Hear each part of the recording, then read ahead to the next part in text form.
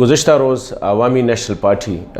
کی طرف سے ایک ایسی خبر آئی جس نے میرے خیال میں پوری ملکی سطح پہ جو سیاسی ورکرز ہے یا جو سیاسی پارٹی ہیں ان کو تھوڑا سا جو ہے ارتعاش میں ڈالا۔ وہ خبر یہ تھی کہ پارٹی نے سینئر رہنما افراسیاب خٹک صاحب اور ان کے سینئر وائس پریزیڈنٹ بشرا گوہر صاحبہ جو کہ دونوں بڑے پرومیننٹ لیڈرز ہیں کو شوکاز نوٹس جاری کیا۔ شوکاز نوٹس کیوں جاری کیا یہ سب لوگ سپیکولیٹ کر رہے ہیں۔ ابھی میں بشرا گوہر صاحبہ آپ کو دکھا رہا ہوں جو اس کو شوکاز نوٹس دیا گیا ہے۔ انٹرسٹنگلی بات یہ ہے کہ شوکاز نوٹس کیا ہوتا ہے؟ شوکاز میں آپ ریزن بتاتے ہیں کہ آپ نے یہ وائلیشن کی ہے اور آپ اس کی جواب دیں۔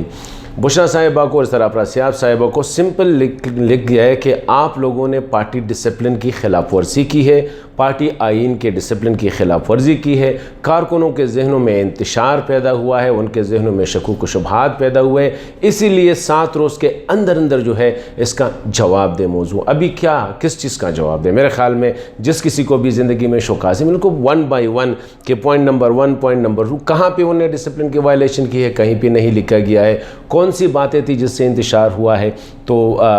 یہ ظاہر نہیں ہے۔ ابھی میں آپ کو بتاتا ہوں کہ اصل صورتحال کیا ہے۔ جو لوگ عوامی نیشنل پارٹی کی سیاست کو تھوڑا بہت سمجھتے ہیں ان کو پتہ ہے کہ عوامی نیشنل پارٹی جو ہے وہ اسٹریٹ اوے 2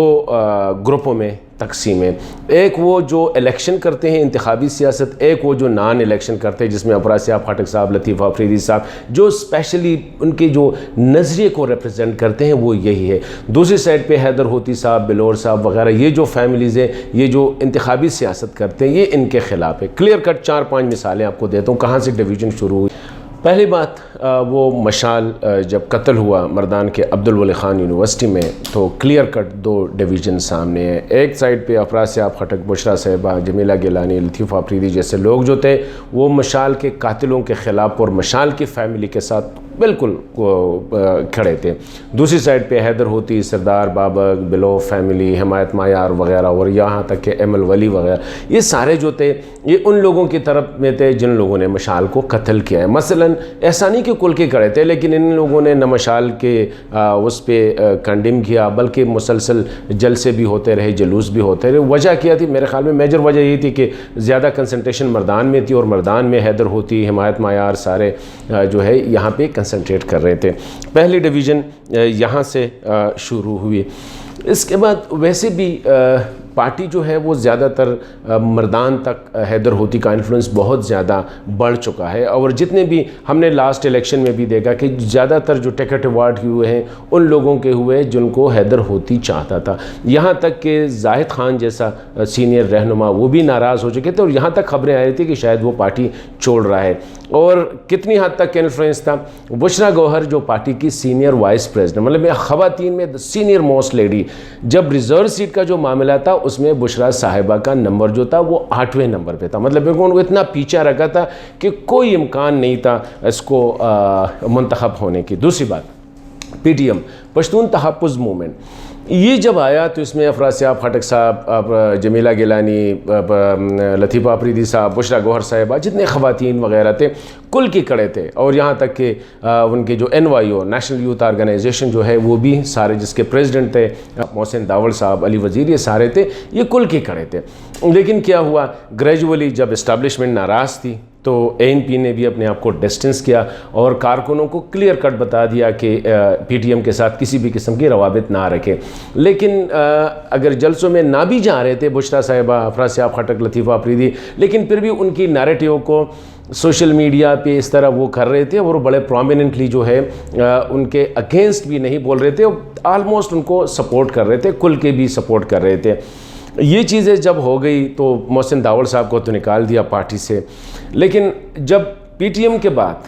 جب الیکشن ہوا، الیکشن کے بعد جب مرکزی کونسل کی میٹنگ ہوئی